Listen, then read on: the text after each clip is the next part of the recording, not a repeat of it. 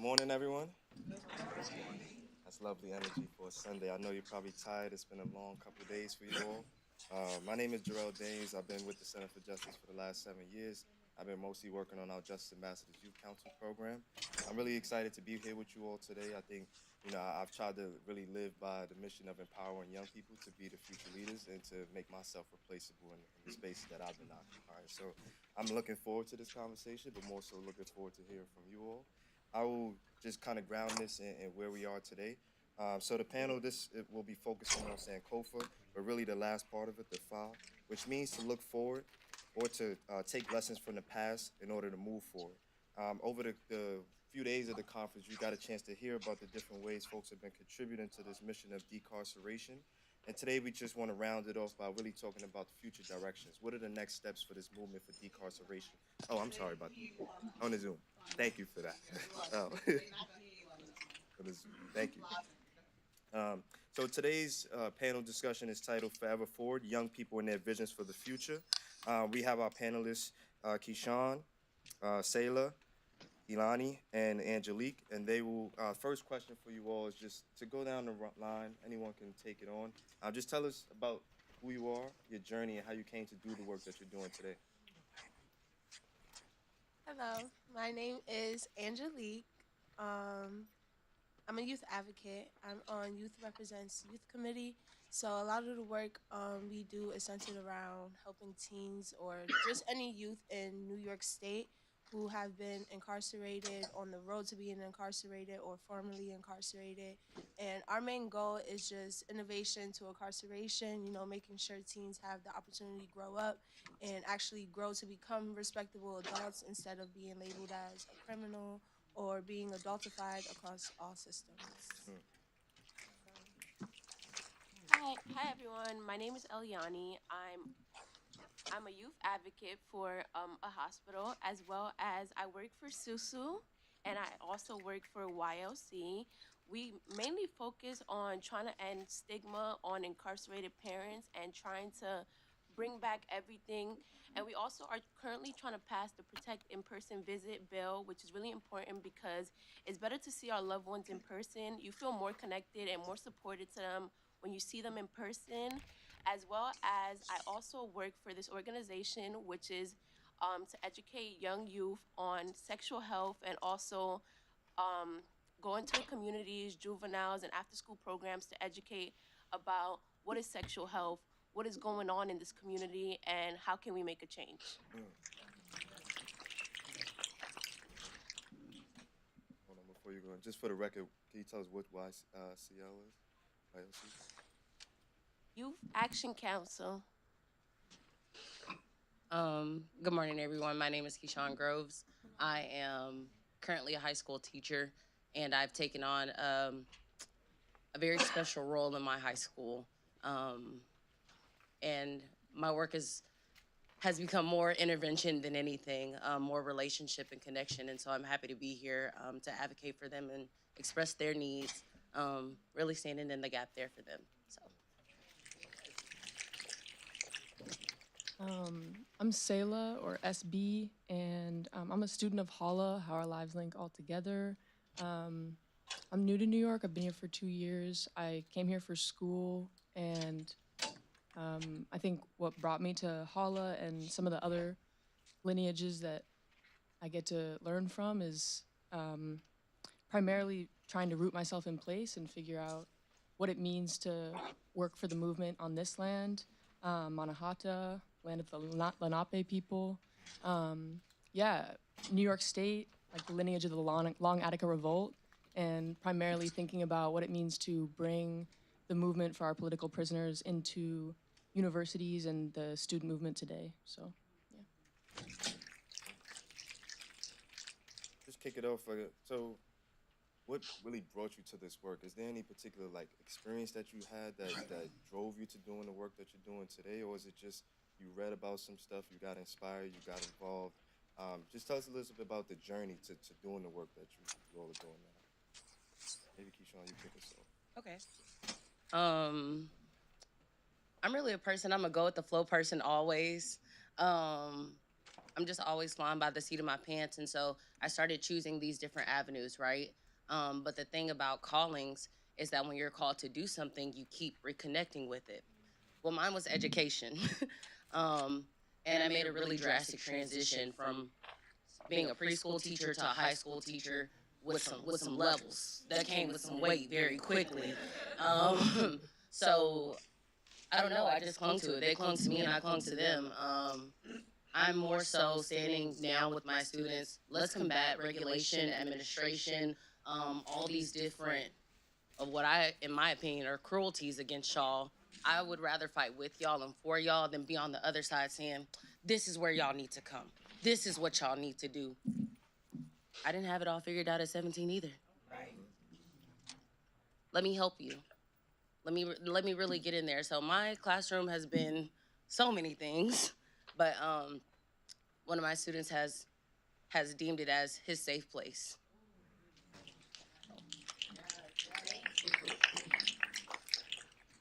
I think what really got me started with the work that I do now, I think around like the age of 14 and even younger, I always had a passion for education and also teaching young people about different stuff. I used to tutor and do other stuff.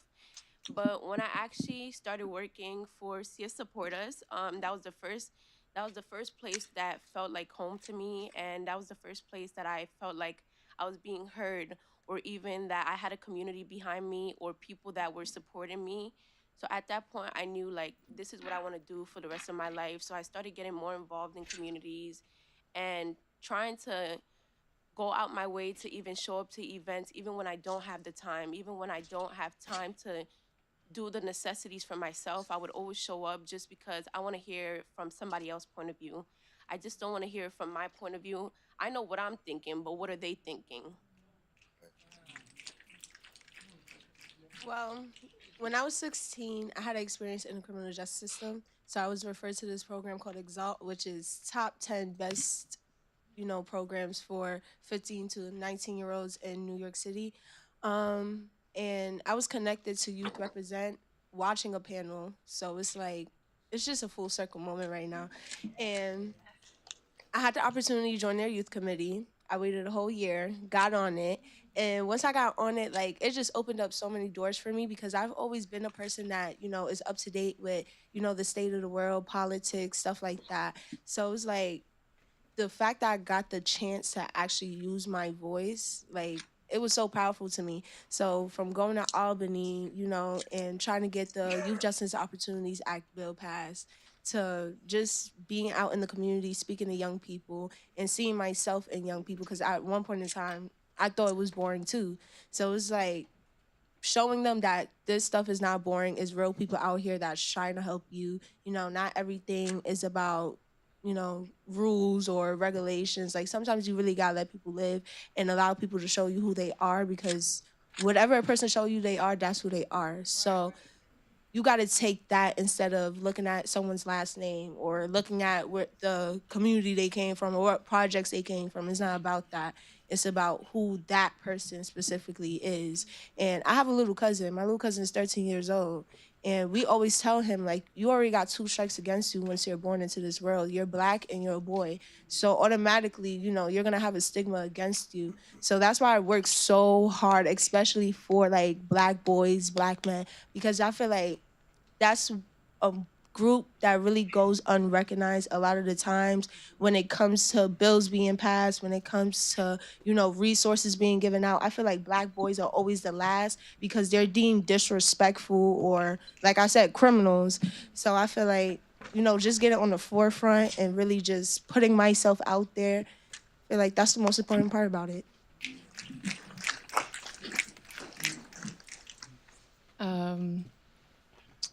Well, I guess I'll speak to how I got connected with H.O.L.L.A. I think organizing on campus here, I'm a student at Barnard College, which is connected to Columbia, this institution, colonial institution. And yeah, I started thinking about what we were missing in the student movement. And there's a lot of power and gift in what is happening today and the lineage of how students have organized, but we've always been trained by elders and community members who really know what we're working for. People within the institutions are never going to know the answers, are never necessarily like, we're never going to be on the front lines. So to be connected to the community, we're in Harlem and we're a part of an institution that is taking land from Harlem every day. And so, I started seeking out who was organizing around me and who was carrying these lineages of the people and the powerful movements who have been here before, the Panthers, the Young Lords. And that brought me to the People's Church. And my first time at the People's Church, I met Corey. And I knew immediately that I wanted to learn from you. And that's what brought me here right now. I asked that question about the journeys that inspire the work that you're doing today because it's important. And a lot of times the journeys that we've lived really shape the values that we contribute to the organizations we are part of or the movements that we assign ourselves to. So I wanted to just hear that. I thought the audience would like to hear that as a backstory. But, just given how society views young people, kind of writing young people off as like, not being competent enough to occupy certain spaces, not being mature enough to occupy certain spaces or to advocate in the same kind of way that they see adults. So just given that, how have you approached this as a youth organizer and just reflecting on like kind of the historical movements like SNCC, Student Nonviolent Coordinating Committee, and also the Young Lords? Young people have been contributing to movements for change for a long time now. So just given that, how do you show up against these odds as a youth organizer? Well, I always like to enforce the fact that even though I'm young, I still got a voice. Like, no matter how old you are, you could be 13, you could be 63. As long as you got vocal cords, you got a voice. You can open up your mouth, you can speak. So I feel like when they be trying to take that away from us and not be trying to put us in the spaces for us to have our voices, I just be pounding at the door. I be right there, like, all the time. And like I said, I always be trying to push it into these young people's heads, like, just because you grow up in a place doesn't mean you're going to stay in that place.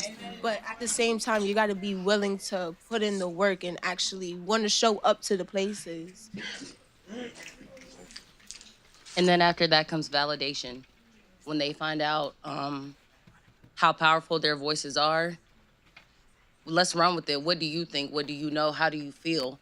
I'm consistently asking my students on a daily, where are you? Where are we? Because I'm where my feet are. As long as you figuring out what you're going through, I'm going to figure it out with you. I don't have anything but time in this 8 hours a day.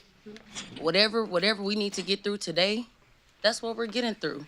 So some days finding your voice, maybe, hey, I'm tired. I need to dream a little bit. I need to see in this space. I need to figure it out in this space first before I can bring it to you. Take your nap today. But tomorrow, tell me what your dreams were about. Tell me what your thoughts were about. Tell me what was holding you back or what your limitation today was so that tomorrow that's not the same limitation. Like, you have the voice. If you pound at my door, you stand there and stare at it, eventually I'm going to have to let you in. Eventually I'm going to have to let you in. I tend to try to put myself in the room, even if people in the room don't like me, even if people in the room are talking bad about what youth are doing now, I still force myself into that room, regardless of what's being said out there or on the internet or anything that's being said right now currently. I put myself in that room. You're not going to force me to get out. You're not going to physically push me out, so I'm going to put myself in there.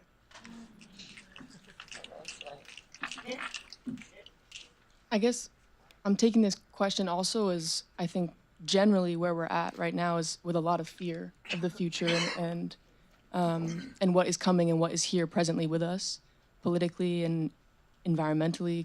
And something that I always come back to is that we have always been struggling. There has always been this fear, and with that has come the power of community and resistance. And I'm always brought to looking back at how people have survived previously and how people have built things. And I'm reminded of what Mama SB shared with us yesterday morning, is that she goes beyond survival. What does it mean to gather with our people and think about, okay, like we're grappling with the systems that are real right now, but there's something that's beyond that, beyond just surviving through yeah, through these structures that are collapsing.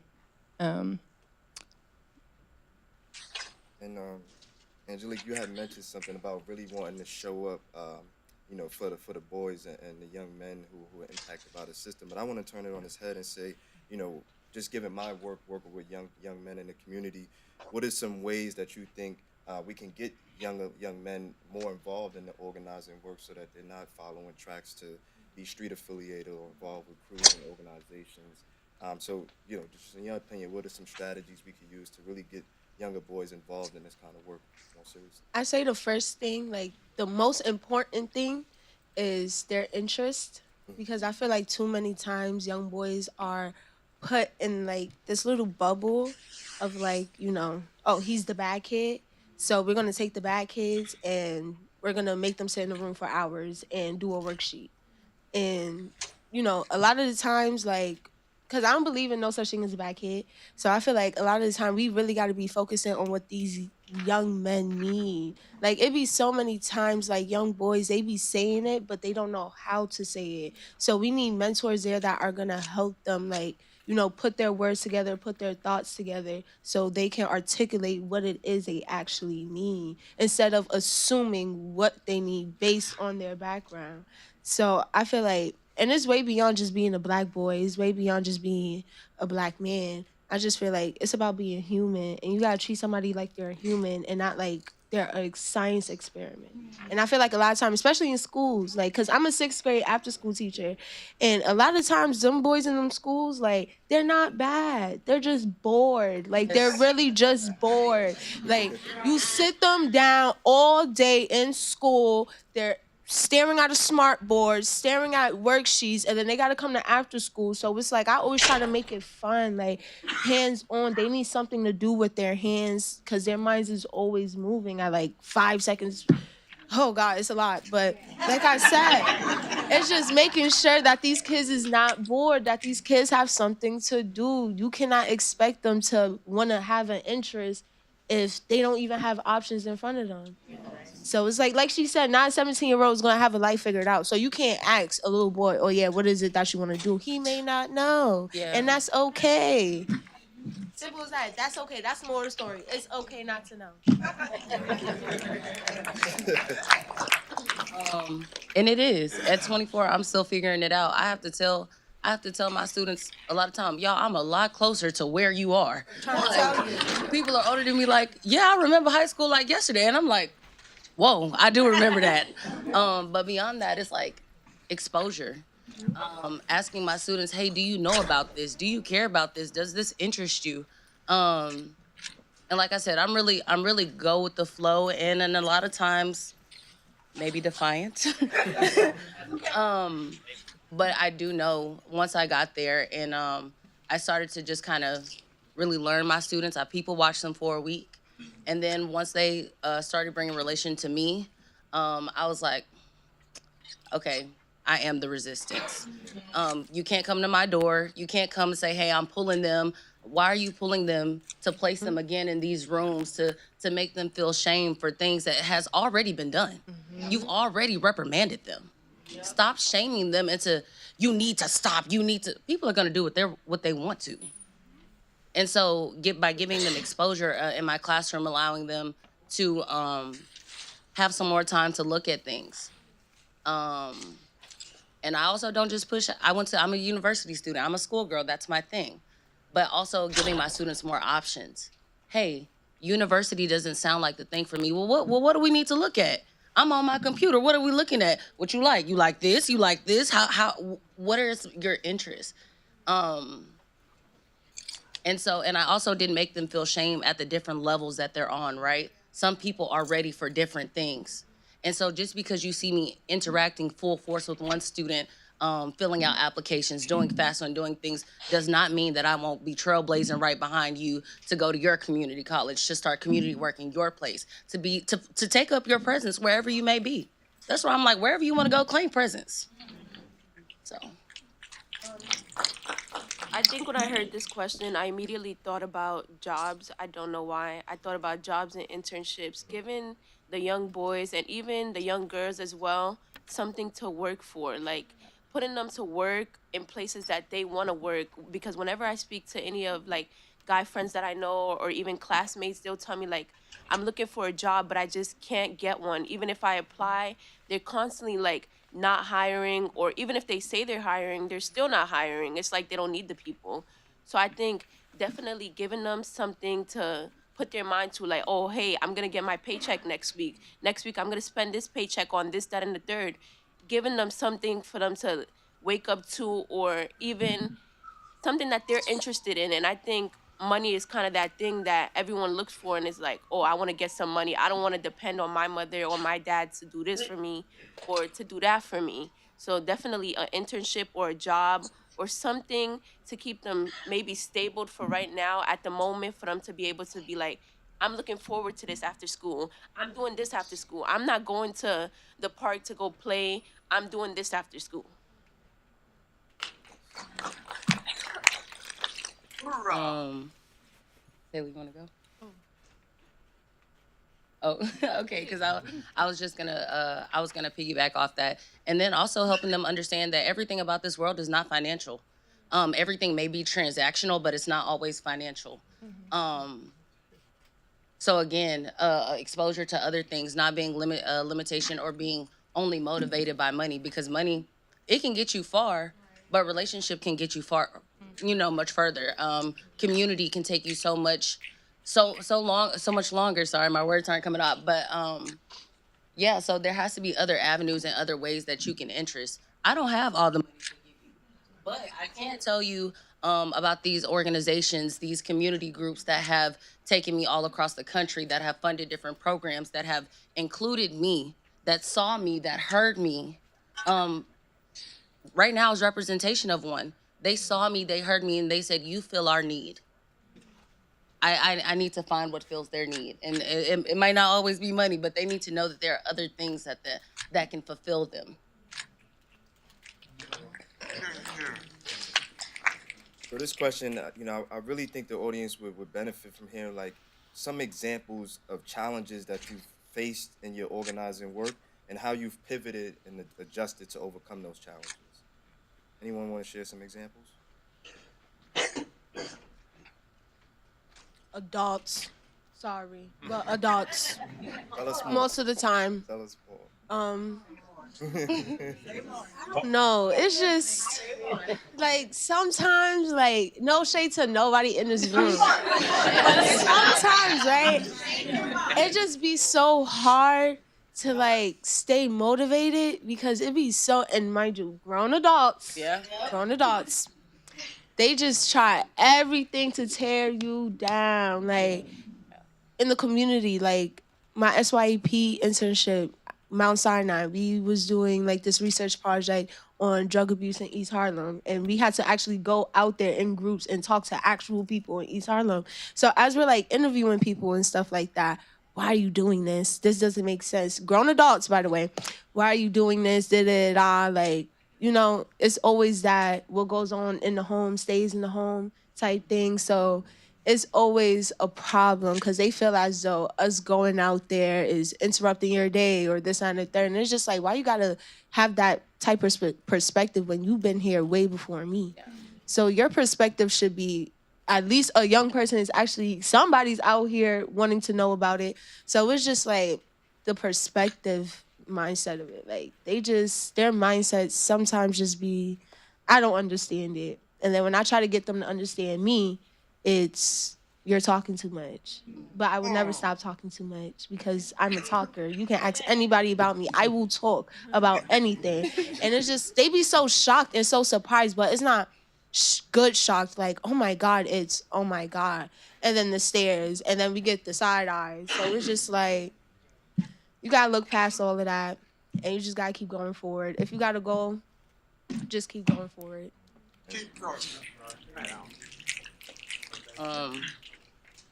But I'll answer that. When adults approach you with that, one of the things that I heard that has been so refreshing to me is that you can't take advice to break generational curses from the cursed. Right. You cannot. So when adults come at you and you say, well, if we've been having a problem and you've seen the problem longer than me, Right, clocking. Don't we have a problem with you? Aren't you the problem? Right. Um, so really we have to address that. So never let nobody tell you that you talk too much. Never let anybody tell you that what you have to say isn't important. Feeling is your fact. It may not be fact to everybody else, but it's your fact. Reminding my students of that. I don't care how they tell you that you supposed to feel. That's how you feel. Let's deal with that. Um, can you repeat the question?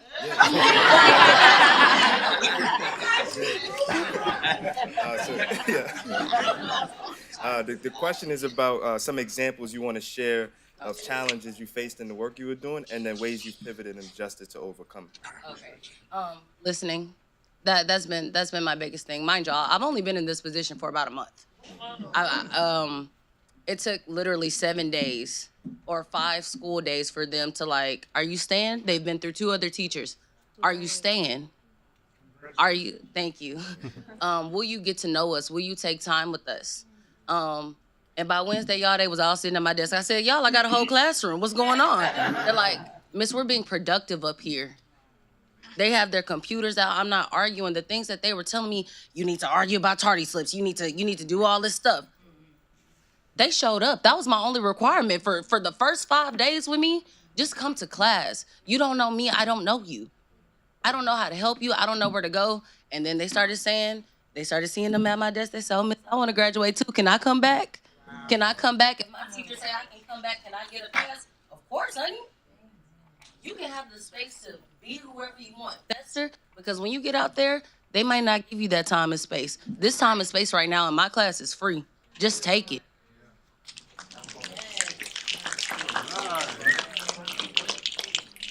I think one challenge that I faced like the hardest it's specifically like within my family, especially like my grandmothers. Like whenever I tell them like the work I do or anything that I do, they're always like kind of like spreading a negative narrative on like incarcerated people, and I always try to rephrase them instead of arguing back. I try to tell them what's right and what's wrong, like try to change their whole mindset on incarcerated people.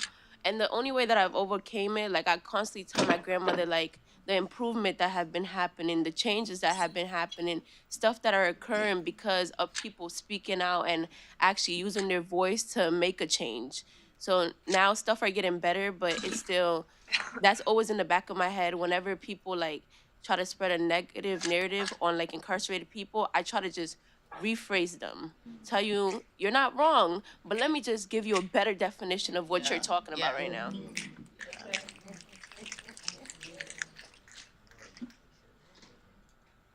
Yeah, I guess what a lot of you guys are speaking to makes me think about the NTA, the non-traditional approach for healing and human justice, coming from the Greenhaven think tank, Eddie Ellis's Resurrection Study Group, and what we're thinking. I guess an issue I see that I think the NTA works through is this separation from ourselves as individuals and lineage and ancestry, and both through the educational systems and also just in spirit. We lack a lot of spirit.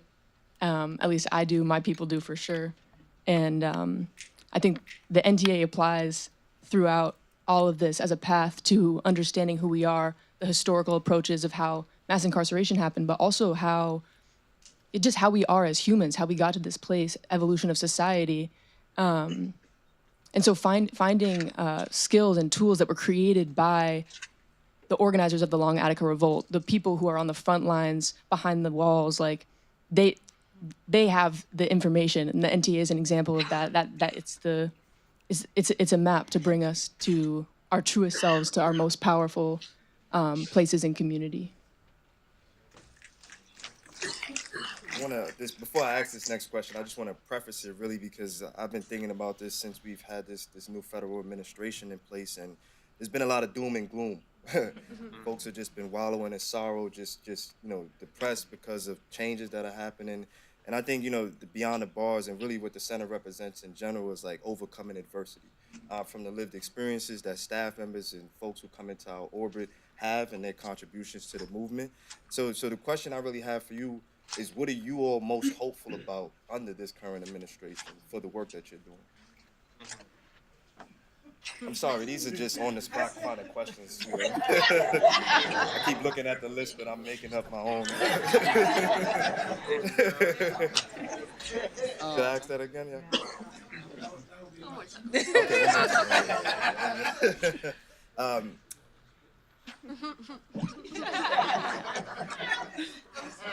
So I know we're supposed to not be looking. Yes. We're not supposed to be as hopeful under this regime, right? Right. But I tend to be an optimistic, and I think that change is always possible when we organize in effective ways. So I want to hear from you all, and this is not what I think I want to hear, but this is your message to the audience. What are you most hopeful about under this regime, and what can be done, what can be achieved? Continued resistance? Question mark. Even being in spaces like this, there were so many things that we could offer to write. I'm sure that this was probably open to the community as well. And if you didn't take a hold of those resources, then you don't know how to band together. You don't know how to get in these spaces. I believe on the panel yesterday, she said mastery. What can you master? What is your lane that you can perfect? And then we can come together as these little different organizations and really make some movement. So showing my specific group, because I live in Houston, Texas, in this underrepresented community of all these different multi-generational, multicultural families and communities. In my community, it's our job to resist. They can't tell you who you can be, who you will be. That is your fate to decide. That is your duty.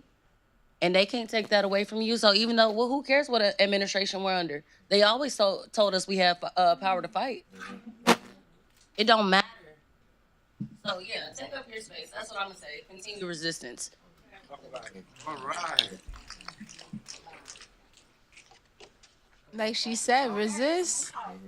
You gotta keep resisting. Cause to be honest with you, that's all I can really say. Like, all you can really do is just keep doing what you're doing and keep doing it harder. Cause there's gonna be more challenges that you're gonna have to face regardless. So, and stay educated. I say that too. That's the most important part. That's what I want to say. That's the most important part because there's a lot of misinformation going around, and there's a lot of things that people think they know that they really don't know because people use, Instagram, Facebook, and Twitter as CNN, MSNBC, and I just feel like education from the correct resources is the most important part because if you go uneducated, then you're not really going to know what's going on. And then when things hit the fan, you're going to be scrambling to get all this information. And while scrambling, there's going to be so much misinformation thrown into the actual information. So just knowing facts from lies, and yeah, that's all I can say. I don't got none of that stuff. I'm gonna keep it short and simple. Continue to use your voice, even if they try to shut you up. You know what you're fighting for, and you know what's right. Continue to fight for that. Simple. Yeah, you said it. That's all you could say. I won't dig deep. I'll leave it there. So I'm gonna just call out a few words. Whatever word you feel like resonates with you, I just want you to elaborate. So I got bridge/connector. I got healer. I got experimenter. I got builder. I got disruptor. Any of those words you wanna? Does any of it land with you? Resonate well with you? You feel like you occupy the most in the work that you do? Disruptor. What's more? Not a disrespectful well, sometimes, but not all the time. I don't be trying to be disrespectful, but they think I'm being disrespectful, even though I'm being very respectful. Okay. But disruptor for sure, because I just feel like I said, I got to pound on doors. Like, if I don't pound, nobody's gonna hear me. Like, what's that? I gotta actually pound. So Yeah, disruptor. I like to put myself in the spaces that I need to be, and even the spaces I don't even know I need to be, I'm still there. I'm still talking. So, disruptor, yeah. I would say experimenter because anyone who knows me knows I still I show up even if I'm alone, even if no one's there, even if no one's watching me. I'm still gonna show up and use my voice. Whether even if it makes me uncomfortable, I'm gonna get comfortable. I might as well have a seat till the seat gets warm.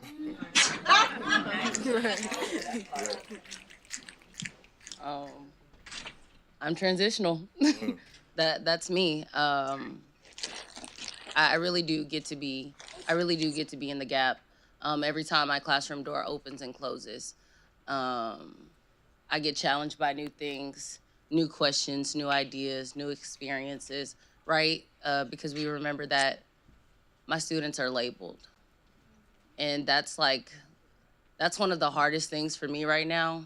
It's like it's not personal against me, that I came in the middle of the year and I'm trying to figure out their story, rectify some things, help give them some insight.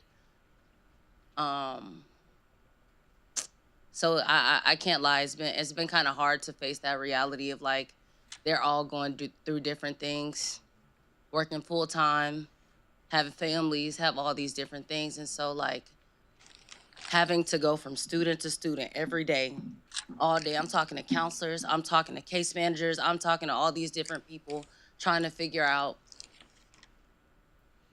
they don't know where they want to go.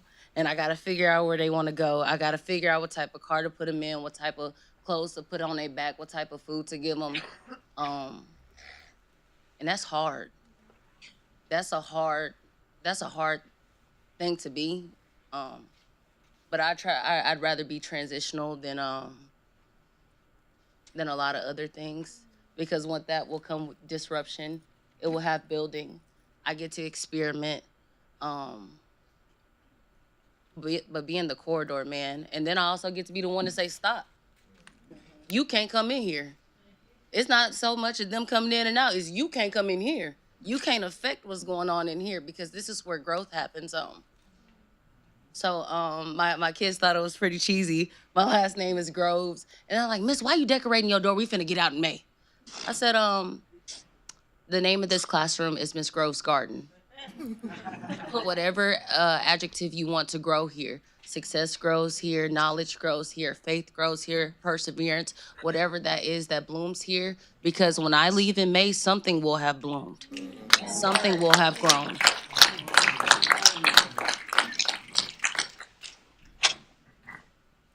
I feel like it changes depending on the space we're in. Um, yeah, I think when we're holding our people who are struggling on the front lines or going through whatever it is to be human, it's like, yeah, I want to be that healer. I want to be someone who is learning from, yeah, all that's around us to, yeah, to get us through and work with people through those transitional times. And but at the same time, yeah, I mean, I definitely want to be a disruptor, especially here at Columbia. They don't like that, but we're here, still doing it. So So I know today's really about youth, and you all are young leaders, in the work that you do. But I just want to ask, and maybe it's good for the audience to hear too. Are there any mentors or guides or figures, whose work or whose mentorship or guidance over the years has really inspired you and kept you grounded in what you do today? We were. Um, no, I'm fine. Um, the organization that I'm representing, the Lighthouse Black Girls Project, it wasn't that it was directly connected with this specific issue, right? They're representing so many things that are happening across the state of Mississippi and doing outreach. So I was actually a part of a program because I'm from Houston where I got to go to Mississippi. I got to travel across these different southern states. And so although it's not directly aligned with this issue, exposure to that program for me would have never led me here. it would have never given me the opportunity to take up this space. So even if you're just guessing sometimes and just doing sometimes, well, for me, it's been perfect alignment. Everything that I have done has prepared me for this moment. I don't know how I got here. I don't know why y'all trust me. You feel me? But you just have to let people know that there is like more out there for them that they can obtain, people who care about them, and that's how I got here. That's yeah. Yeah. Thank you. Thank you. I would say, like I said, Exalt. That's why I first started that out when I was 16 years old. And ever since then, like you said, perfect alignment, like literally from me being in the youth committee to me getting my GED to me being an after school teacher, like literally if I never stepped foot in Exalt, none of that would have happened. And I feel like even the reason why I was in Exalt, like I always say, like some bad gotta happen in order for good to come out of it. And that's why I attest to every single day I wake up. Ooh, I'm so sorry. So like you said, like literally perfect alignment is literally the only answer I have because like Exalt was my first step and I've been taking so many steps since then. And to be honest, I don't think I ever stopped taking steps. So, and along with that is also making sure myself is grounded because of course Exalt, like they've been there for me, but they didn't hold my hand. They gave me the resources and put me in the places I needed to be, and they let me go crazy, go wild. And then I ended up in the spaces I am. So it was just like keeping myself grounded, always staying true to myself, always respecting myself, always making sure people are respecting me before I respect them. And just, always knowing who I am because I'm so young. I'm only 19 years old. And a lot of people, when I say that, they do not even believe in me. So it's just like, I always have to stay true to who I am. Even though I am young, I'm so mature for my age. So it's in a way, I be trying not to grow up fast, but sometimes I don't be having a choice. So just always keeping in mind that I came in this world alone. I was born alone. I'm gonna go out alone. So that's what it's about. I think the person that, well, my mentors would have to be the Osborne community, definitely, because that's where I first started. Well, I'm currently 17. Yeah, a lot of people don't know that, but yeah, and that's what kind of got me started, and that's where my path, that's where I felt like my life began at that point. Like I kind of had this vision, like I wanted to do this for a really long time, and that's where it really started when Jamila, this youth advocate, she started me off and told me, hey, I see potential in you. I see that you could speak and you could actually do something in life. Go ahead and speak. And I was always scared. I always got nervous around cameras, any of that. I never thought I could do it, but I was like, I have to just do it. I have to just take one step at a time and just keep going. And after Osborne started me off, I pretty much just kept going, and people just kept coming up to me like, hey, you're a great speaker. I think you should speak for us. So, yeah.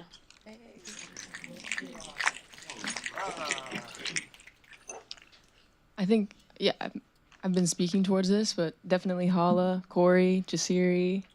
Yeah, it's our work to find and build those relationships with elders and mentors and people who have been doing this longer than us, and that's a huge journey of mine. So there's a lot of people to list, but Mama SB, another one of those huge figures in my life and many of our lives. Yeah. At what point did you all realize that what you were doing was bigger than yourself, bigger than your family, or even your community? Well, like I said, we're trying to get bills passed. There's a lot of bills we're trying to get passed that we shouldn't even be working on right now because they should already be passed. But main one is Youth Justice Opportunities Act, which is a bill that is basically going to extend the limitations of YO status in New York. So instead of it just being for teenagers up to the age of 18, we're trying to extend it all the way to 25 because the brain isn't fully developed until 25. And not only that, we are trying to get it that judges, got to look at where this person came from, whether this person has a mental history, something like that. And just like I said, innovation to incarceration, making sure children aren't adultified in the systems. And to be honest, when I went to Albany last year, my first time, by the way, in Albany, and oh my God, like it was so many people, just so many different organizations, and all of them trying to get bills passed. And when I was talking to these people and listening to the bills they were trying to get passed, it's basic civil rights. Yeah. So it's like every time we go to Albany, it'd be so many different organizations there that are literally trying to get bills passed that should already be in play. So this year, I had the opportunity to actually speak at the rally in Albany, and it was just a full circle moment for me. I went from watching, the legislators and the assembly members and the congresswomen speaking to me being the people that are speaking right after they're done speaking. So, it was just really powerful. Anytime I get to just sit and talk to people, share my story, share other people's stories, and just be the voice for a lot of people that, can't find their voice yet, it's always going to be impactful for me.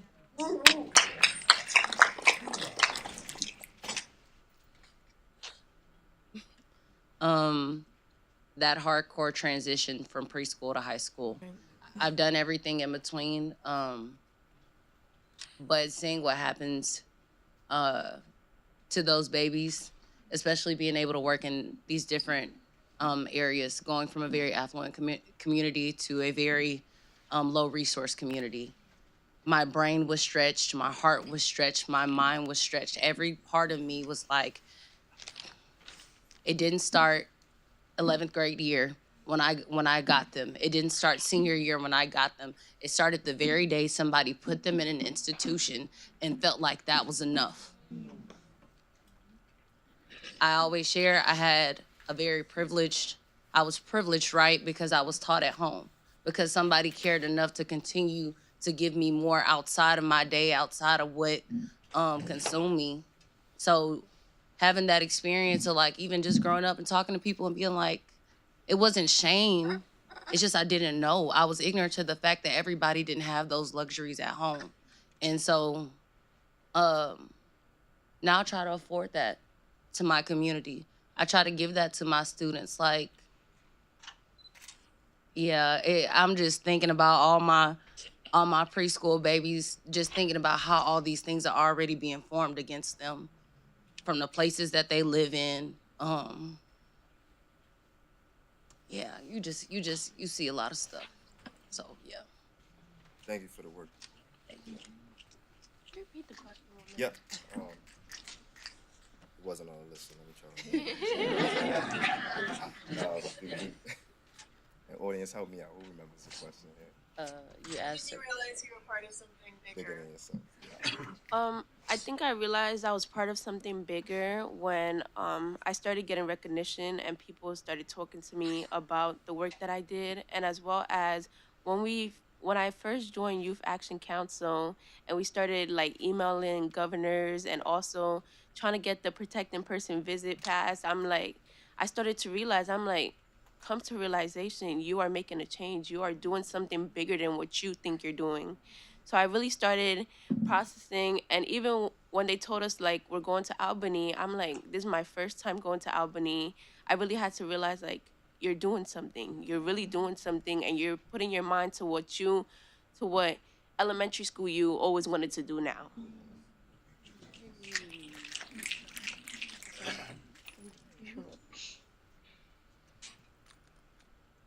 Pass. Okay.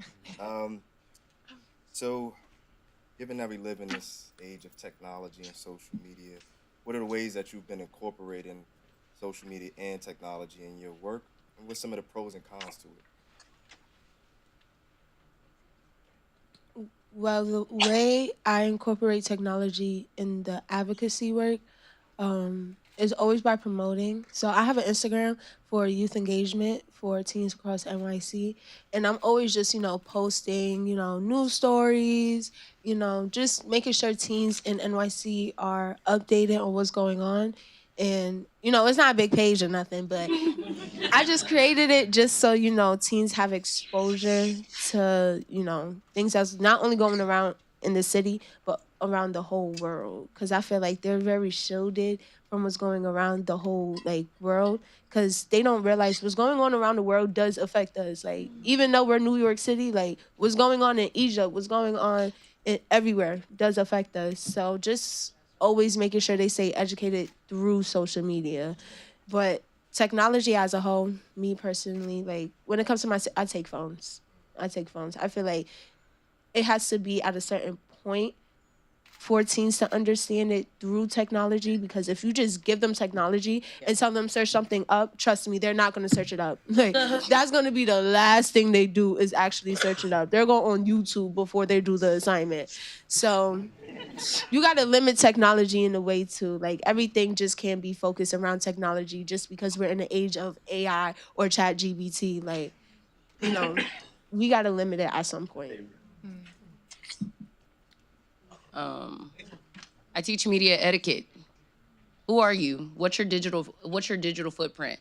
I cared a lot about my image, myself, way before I graduated from high school, way before, like, by the time sixth graders have Instagram and TikToks and all these different things, I cared back then about what was going to be on social media. Like I said, I was a schoolgirlie. I represented something, letting them know that, like, in this life, all you have is yourself, your name, the skin you were given, and that's it. And probably some bills. That's it. So teaching them about their digital footprint has really helped a lot. They don't come in showing me their things anymore. I'm like, I don't want to see that. Thank you. Because like you said, they get on there and they showing me everything else. Everything. But I don't necessarily have a limitation on it, but I do exercise the importance of, like, who you are, especially because people are already watching you. People are already looking at who you are, what you doing, what you said in 2013. They care. So what can be of use? And I've also started challenging them to use their phone for other things. I'm a communications girly. I learned how to shoot an entire short film on my iPhone. I'm like, y'all talking about y'all want to be content creators and digital specialists and all these different marketers. You can do that right now. That can be your side hustle right now. Giving them more implorable things to do with your phone and your time. Like, show me something. That's the main thing. Like, I know we have stuff to work on in my class, but if you're doing something else, show me something. If you made a flyer, a video, something, that's more productive than what you might have done had somebody just given you a worksheet and said, here, be done. So, yeah.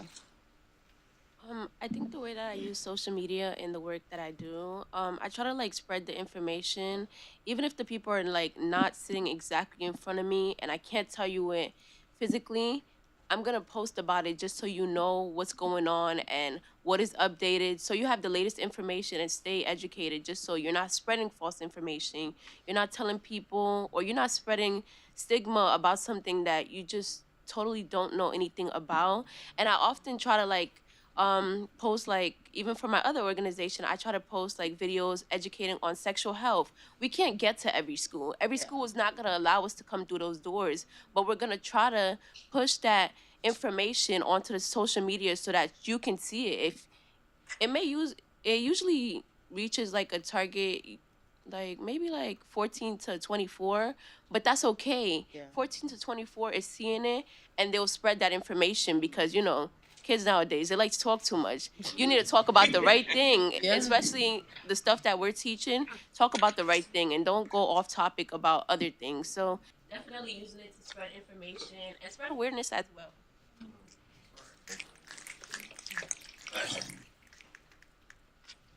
On the list, this question had surveillance attached to it. Is that coming next, or are we talking? Okay.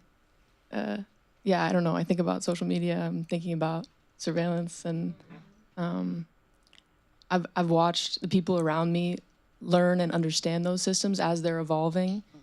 And I mean, back to the hope question, I see people, like young people, beginning to understand these new forms of surveillance. There's a lot of forms of surveillance that have been around, but and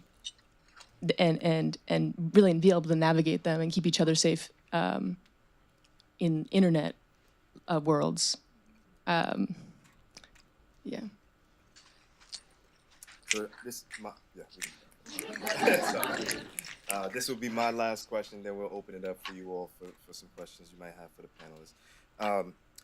I want to end this just on a, for my portion, on a positive note. Let's talk about your future selves. Where do you see yourselves? What roles, what spaces you see yourselves occupying in the next 5 to 10 years, maybe? Sorry. Go ahead. President. That's it.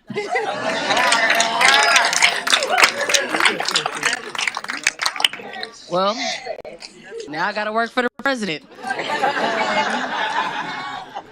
But no, I'm just going to keep exploring the options and the avenues that these different community groups have to offer, because you can't be what you don't know.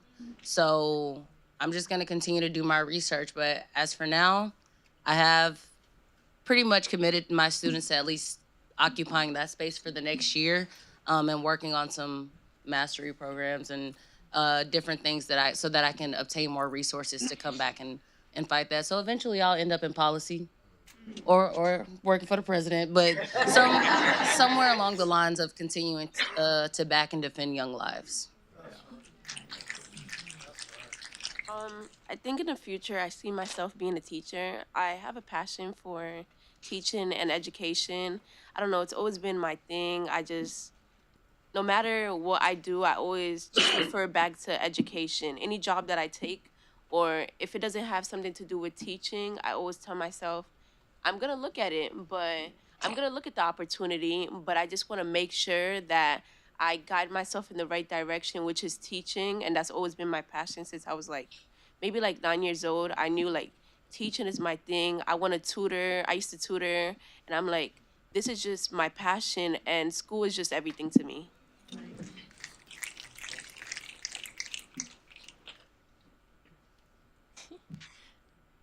Sitting next to the future president. It's a little overwhelming. But yeah, I mean, I think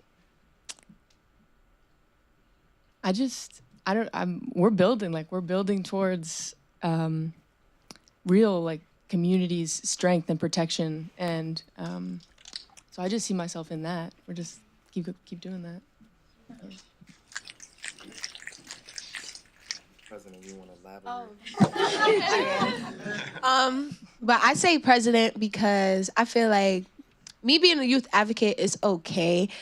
And, when I become, of course, I'm going to take the steps to become president, getting on community boards, and then after that, probably borough president, then after that, probably mayor, then after that, governor, and then president. But, no, I'm telling you, I really have a plan. I'm so serious. When I say president, I'm so serious.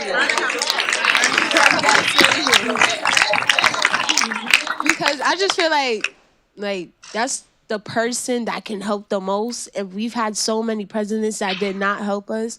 So if I can get in that seat, I'm telling y'all right now, we're gonna be up. We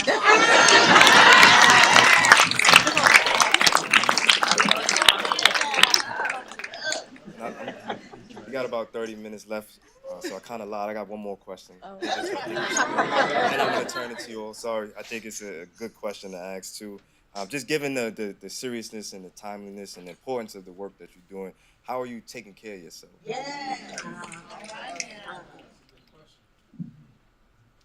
Food. Stop.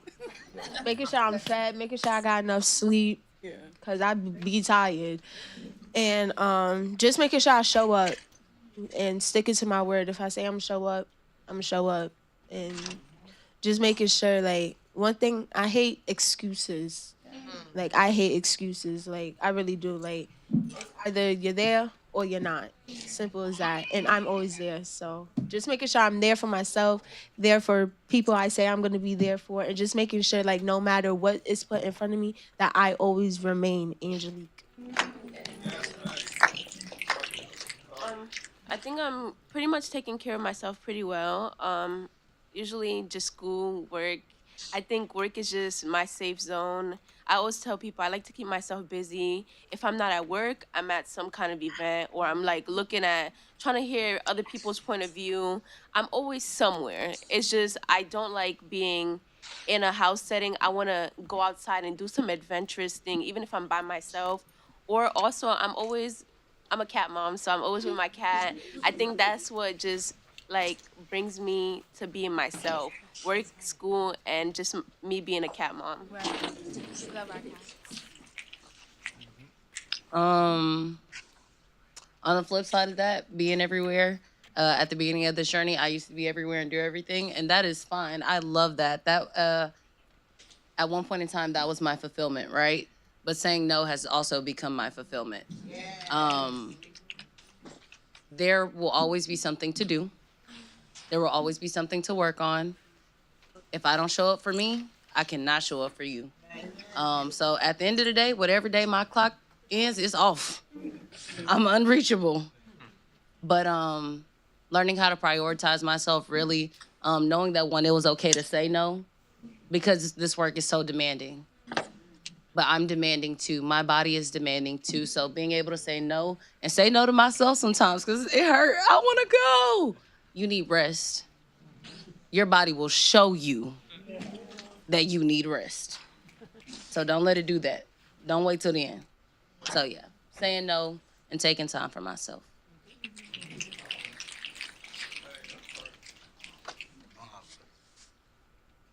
Similar, I guess. Yeah. I think I appreciate this question, and again brings me back to I think yesterday's morning panel about healing and what it means to move in health and like care, not just as a second priority or a post burnout, like caring for yourself for a few days and then going back into it. But what does it mean to set up your life in the way that we're walking on our paths in care for each other and care for ourselves the whole time? I'm trying to figure that out. But yeah. So I'm just gonna spend the next 15 minutes or so taking questions from you all. If you do have a question, just stand up, try to project as best as possible so the folks on Zoom can hear. So I have more of a statement. You asked what their hope is in this administration, and I just want to let you know that you are my hope for this inspiration. Because like youth that come together, and it is the youth that is going to change this world and make it a better place for everyone. So just keep up what you're doing, and you've got my vote.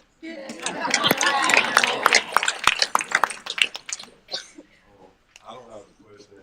I just want to congratulate you guys. I love how y'all support one another. I love how y'all all on the same page. In order for the youth, for that to reflect on you, you guys got to be able to do it. I see you guys doing it. So congratulate what y'all doing and keep doing it. Hey, peace, Reverend. Hold on 1 minute, Corey, because there are folks in live stream and we want them to be able to hear the question. Peace, resurrect, free the land. Thank you for your wisdom. When I think about young people, I think about organizing that's going to take us to freedom and pass on the legacy of our institutional memory. I got a PhD and I grew up in a lot of nonprofit and academic spaces, but most of my learning come from people that are political prisoners, prisoners of war. So I wanted to ask you all, what do y'all know about political prisoners? I also think young people are really important in helping us free political prisoners. So I want to know, what's your thoughts about political prisoners? What do y'all know about that? And how does y'all work overlap with freeing political prisoners?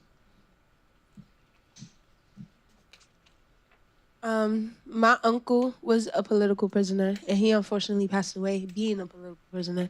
And it's funny too, not funny, but it's the fact that he was so close to being free, and before he actually got the opportunity to be free, they took that opportunity away from him and tried to mask it as though it was something else, gave themselves a whole week to create a story, all of that. We didn't even know he had passed away until, fellow inmates was calling my aunt's phone, giving condolences, and we didn't even know we needed the condolences.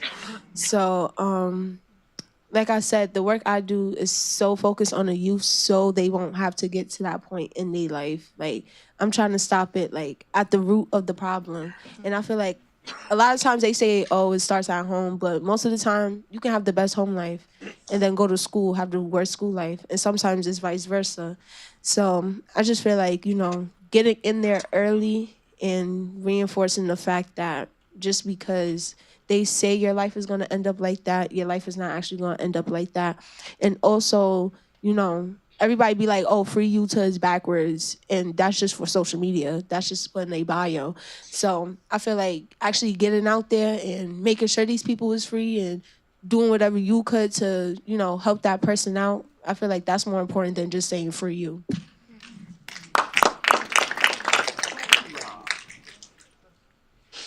Does anyone else want to respond to that?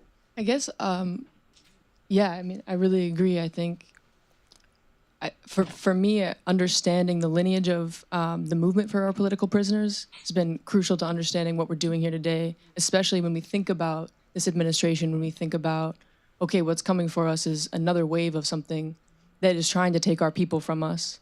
And in order to understand how to combat that, we have to learn again from those who are still doing it about how to build defense committees, about how to work for our people and get our people out. And yeah, I'm learning more about that through being on Reverend Joy Powell's defense committee and figuring out what it means to get to learn from her at Bedford Hills. Yeah, while we're trying to get her home, but even through that, like being able to be students of her, even in this moment, has been a tremendous opportunity. And yeah, I just want to continue that work.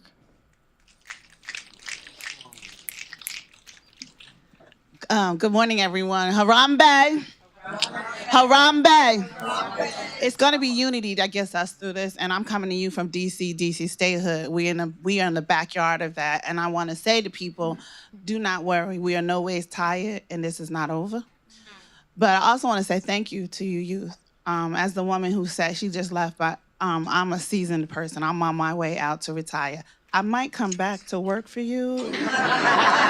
Just talk to me because I've been in DC for 24 years. So, what do you all think? I do disability justice, and I just haven't heard anything talked about the disabled youth in this conversation. So I was just wondering if you engage with disabled youth, and if you don't, please reach out to me.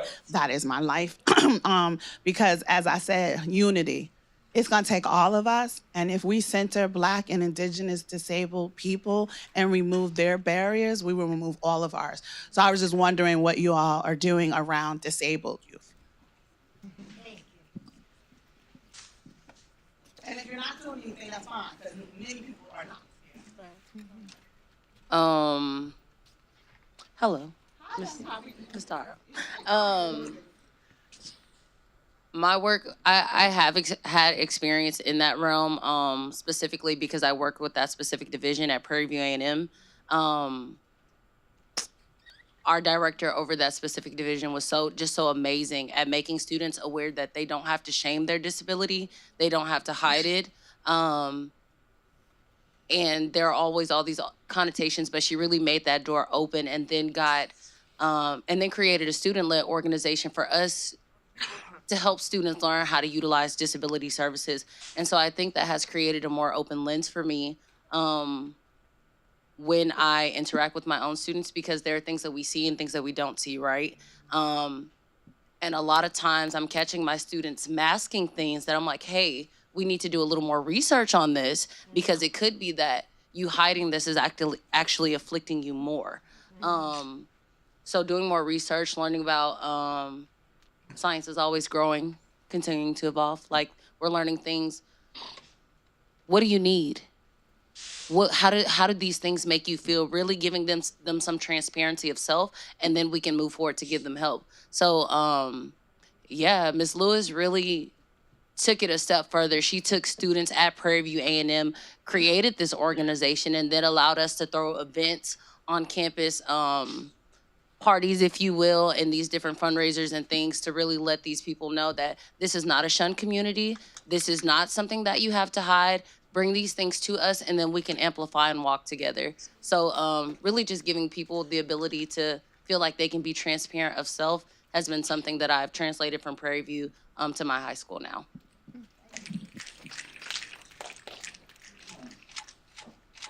Good morning, y'all.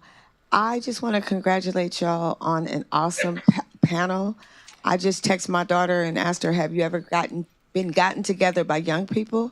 Because I feel like y'all got us together this morning, and I thank you for it.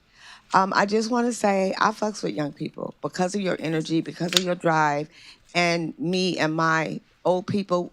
I get on my own nerves, right? So I thank y'all for that, and I just want to offer one thing because I've heard a few times people speak of the work being hard, and so I come up when you work with young people, you better have something short and concise to give them. So I created Ayula-isms, and one of them is, we don't need easy, we just need possible. And our ancestors, the previous movement, the political prisoners, all that we've spoken of, they have shown us what's possible. So we just got to remember, I don't even say hard because I know it's possible. So I just want to encourage you to know we don't need easy, we just need fucking possible. And y'all are making it possible. Madam President, I too will come out of retirement to support you in any capacity. Melissa, And you might want to be careful having the two of us in your cabinet. Black smoke.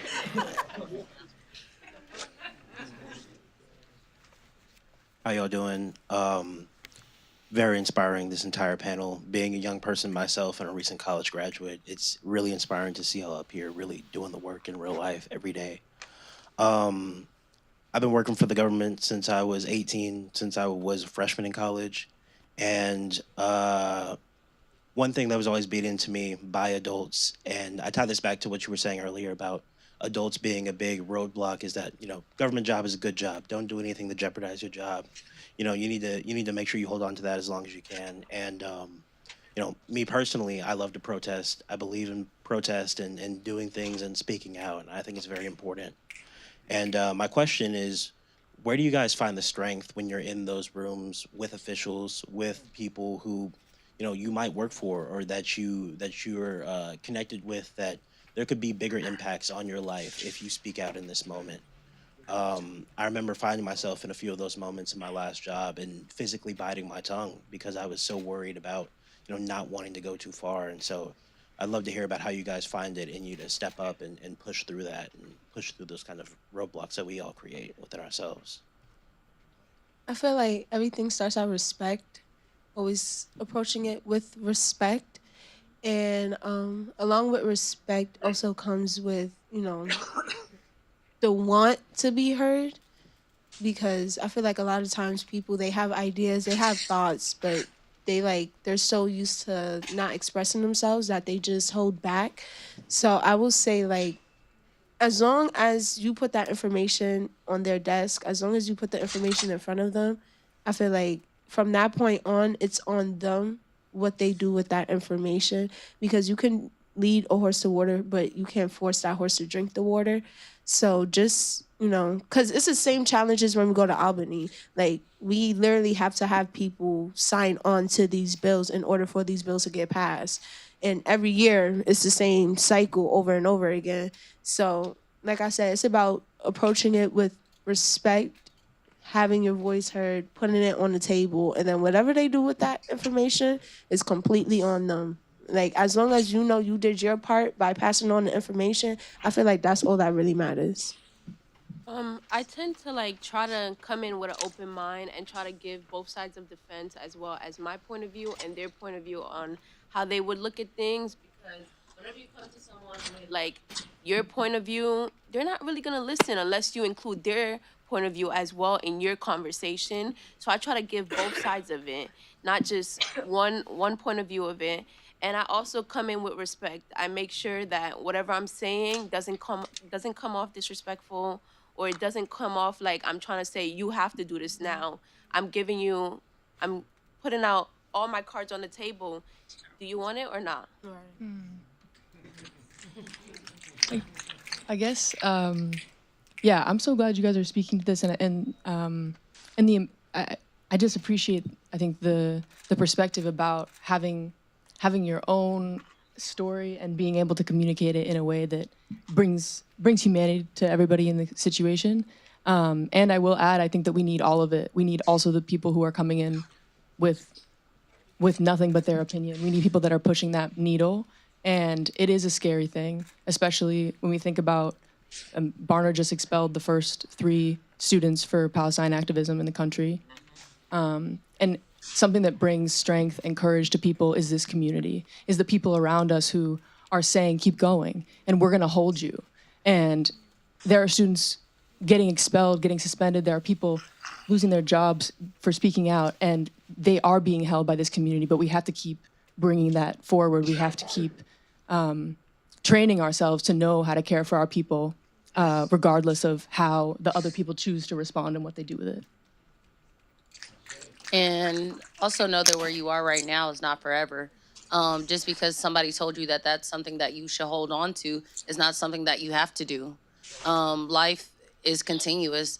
The most consistent thing that we'll have is change. So allow yourself to be flexible in what company may think about you. Another company, another place, another person will actually cherish your ability to be daring, to be brave, to be fearless, because you need those things to brace this world. So keep being those things, and whoever don't want it, that's not your place.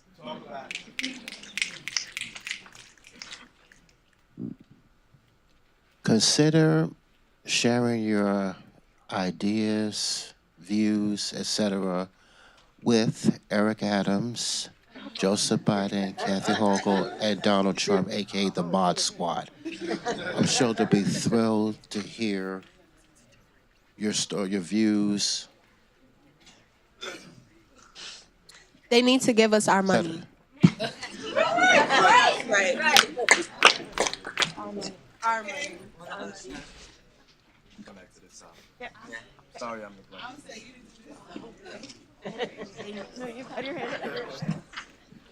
And just for the sake of time, we got 10 minutes left, so if you could refrain from the statements, this is a straight question. Good morning, Madam President and cabinet members. It really moved me, and I really heard you when you said that young Black boys are not bad, they're just bored. I am a mother of a young Black boy, and I'm trying really hard to be soft with him in a world that is not going to be soft with him. I brought him to Albany on his first, he's 9 years old, to fight for parole justice. And at the end of it, he was like, because there are a lot of closed doors and people who won't talk to you. He was like, that was traumatizing, Mommy.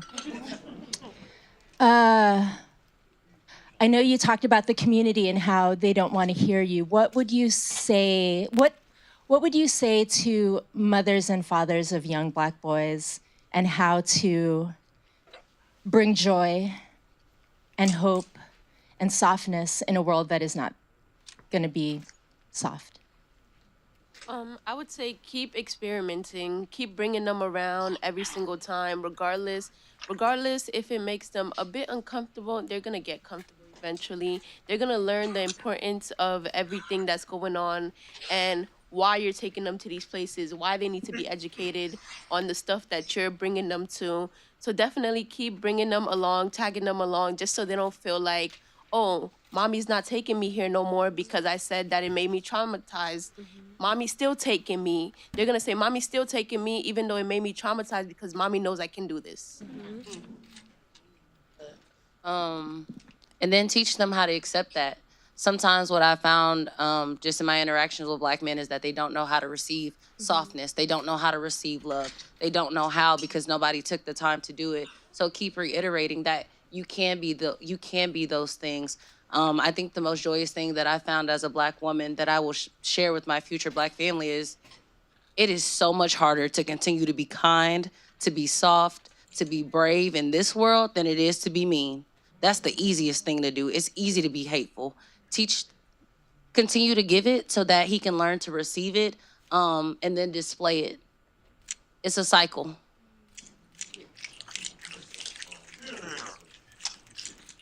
So my name is Queen. I'm from Chicago. For one, I want to thank y'all. Like I was just talking to some of my coworkers. I'm also here with Illinois Alliance for Reentry and Justice, and I also here with The Mud Theater Project is another organization we work for. You had said earlier storytelling. We put on a play in Chicago. It was called Searching for Justice. I was working with my brother who was incarcerated and 5 other guys who was also incarcerated. And we put on this play at Steppenwolf. It was a big, prestigious theater. And basically, they told their story in prison.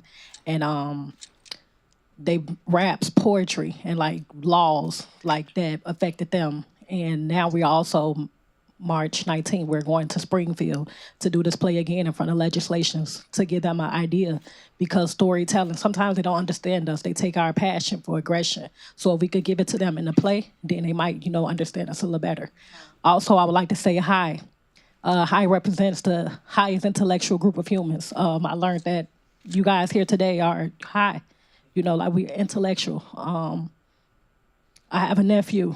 His mother and father died. And I'm scared.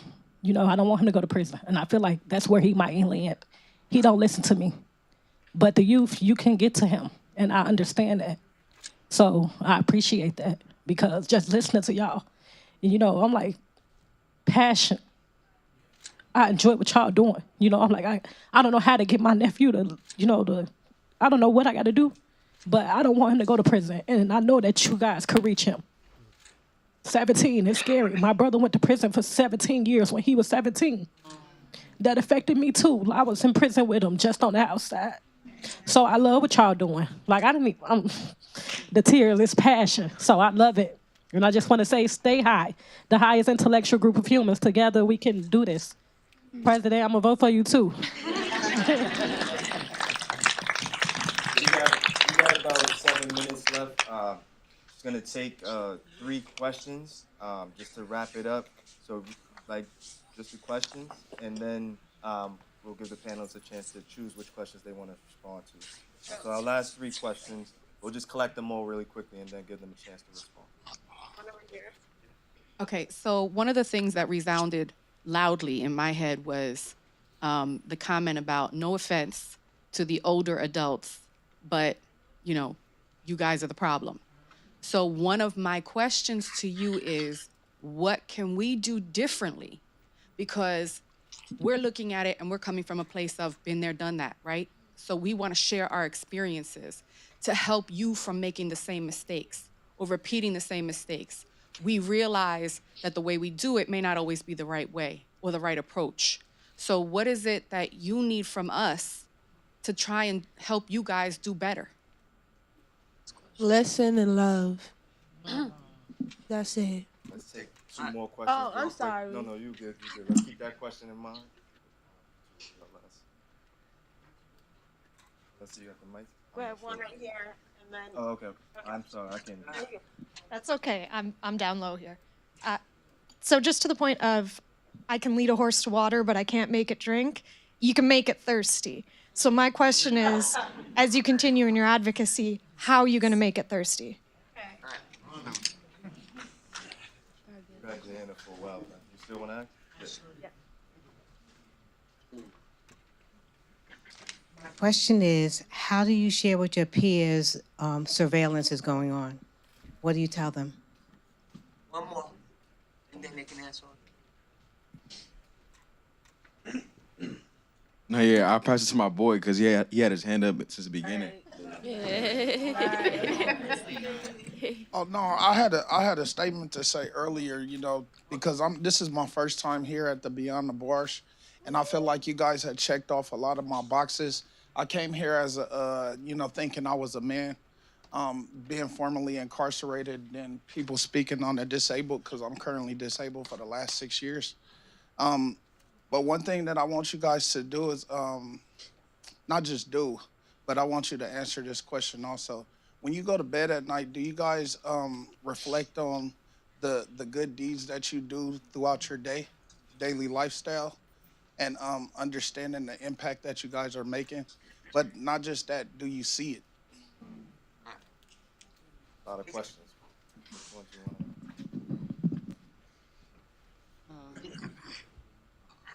I had to answer your question. I had to have others around me tell me, wake the beast up. You are doing the work. I pride myself a lot of times on being humble, on being quiet, on just playing my role, because that's my fulfillment. To me, it's no, I don't need recognition because I'm being fulfilled. But the people around me really help me to see I'm doing work that is worthy, I'm doing work that is fair, I'm doing work that is right. So just having community around me to let me know you can't get weary and tired because we're right here with you. We're gonna back you. And sometimes us being able to see ourselves and reflect on ourselves does give us just a little bit more strength and a little bit more fuel. So thank you for that question. And I am a week into seeing myself and seeing the work that I'm doing as relevant and necessary. To answer the question about not what adults need to start doing, but what I think adults should start doing, in my opinion, is they need to start listening and loving. I feel like there's a lot of adults out here just because they don't know somebody, like they automatically hate somebody. Like there's a lot of bitter adults, and I just feel like they be too grown to be bitter, and it's just like I'm not even trying to be funny. It's just so serious, and it's just like you said, it's trauma. And like I said, it starts from the beginning. Y'all wouldn't have that trauma if y'all never had nothing traumatic happen to you in y'all childhood. So I feel like y'all need to start taking that and start looking at children the same way you would look at yourself, because some adults are very hypocritical. They be like, oh, I went through this, I went through that. But then if a young person say it, it's an excuse. Yeah. But I feel like everybody need to have the mindset of breaking the cycle, but I feel like it should start with the adults. There's adults out here that you can tell a young boy where to get a gun or where to get an AFAT, but you can't tell him where to go get a GED, or you can't tell him where he can go play basketball for the summer. So, Madam President. I'll answer the first question about adults. I think, how about we team up? Since you guys are so used to the old style, and we're used to, let's just say, the new style, how about we team up to create something bigger? And because the older generation is gonna listen to adults because they're so used to the old style. So that aspect of it, they're kind of receiving the information, and the younger youth are gonna listen to the new style of it. So how about we just team up and create something much bigger than what it already is? I think that's a good place to end. Okay. Can y'all just join me in giving our wonderful speakers today? I think y'all should get up and give them a standing ovation. I'm feeling good about our future. Appreciate y'all. We just got can y'all hear me? Is this working? Okay. We just got a couple of announcements to make, and one is that we have an art room that y'all can frequent and enjoy the art, and while Kumi is going to talk about healing. Super quick, there are still one-on